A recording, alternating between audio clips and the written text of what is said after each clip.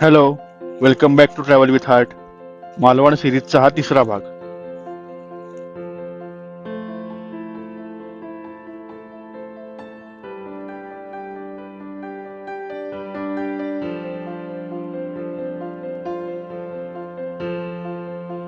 Video पुढे बघण्याआधी एक काम नक्की करा आणि ते म्हणजे चॅनलला प्लीज सबस्क्राईब करा.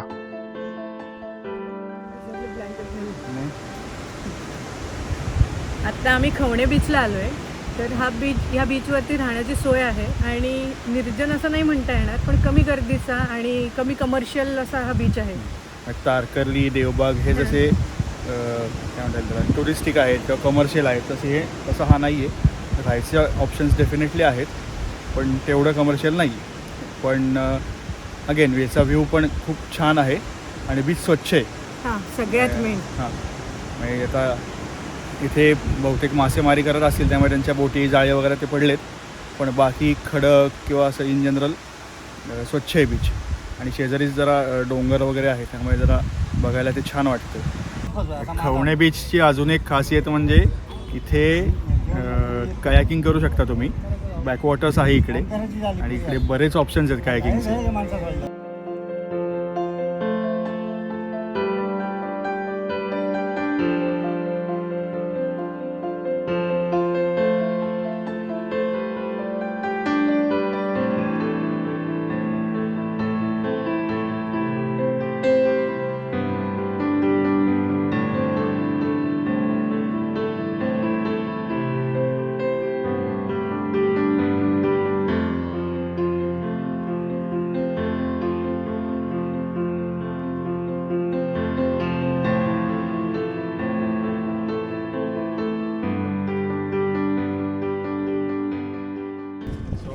आम्ही आत्ता मालवणजवळ आचरा नावाचं गाव आहे. तिथे बॅकवॉटर्स आहेत, तिथे कांदळवन आहे.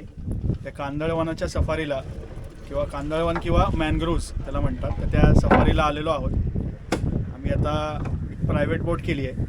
इथे एक वाडेकर काका म्हणून आहेत. नमस्कार. हां, मग तुम्हाला दाखवतो.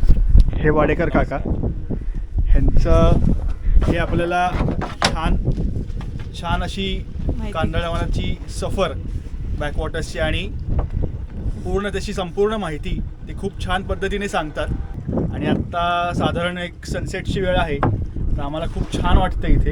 आणि काकांनी दिलेली माहिती तर खूपच सुंदर होती. आणि साधारणतः भारतातलं ॲमेझॉन असं म्हणता येईल याला बघितलं तर.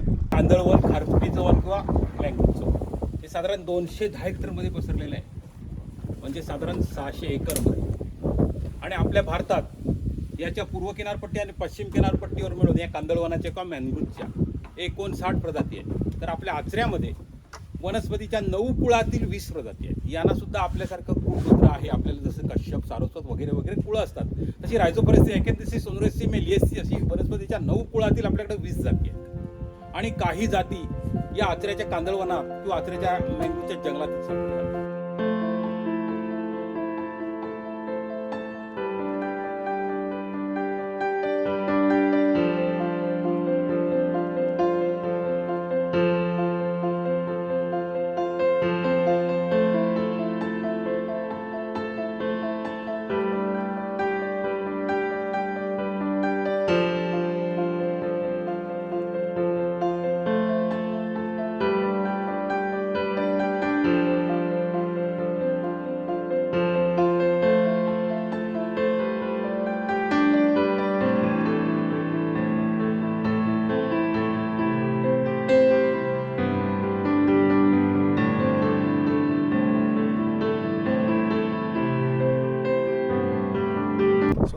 आत्ता तरी आम्ही एन्जॉय करतोय, बाकी डिटेलमध्ये माहिती टाकूच.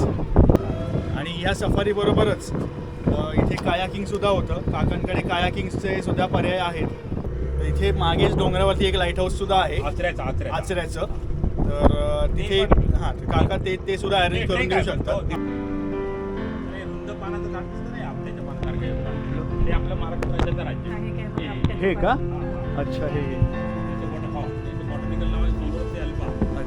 अच्छा, हेच ते कॅन्सरसाठी वापरले.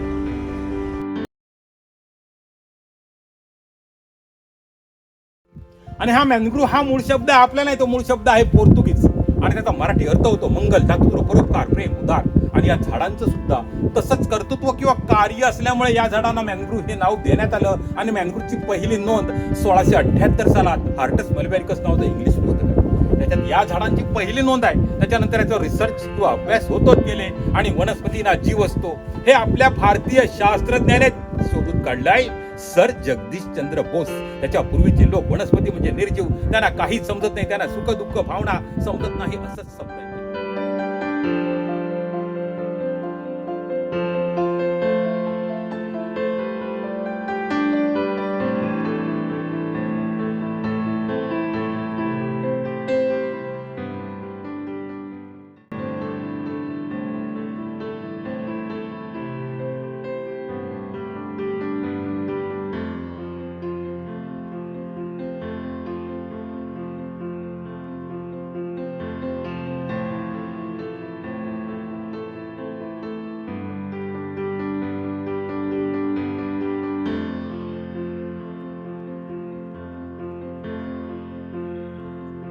आता मात्र सूर्य हळूहळू क्षितिजा आड झुकत गेला. आकाश आणि पाणी एकाच रंगात रंगून गेले. त्या क्षणी शब्दांची गरज उरली नाही. निसर्ग स्वतःच सगळं सांगत होता. मॅनग्रोव्हच्या सावल्यांमध्ये दिवस विसावला आणि जंगल पुन्हा आपल्या शांत लयीत परत गेलं. मनात मात्र हा मावळतीचा प्रकाश आणि ही निवांत शांतता खूप काळासाठी सोबत राहील. हा भाग आपण इथेच संपवत आहोत. पुढच्या भागात मालवणमध्ये राहण्यासाठीच्या आणि खायच्या जागा तसंच तिथे अजून काय करता येईल हे आम्ही कव्हर करणार आहोत. हा व्हिडिओ आवडला असेल तर मात्र नक्की चॅनलला लाईक, शेअर आणि सबस्क्राईब करा. भेटूयात पुढच्या भागात. धन्यवाद.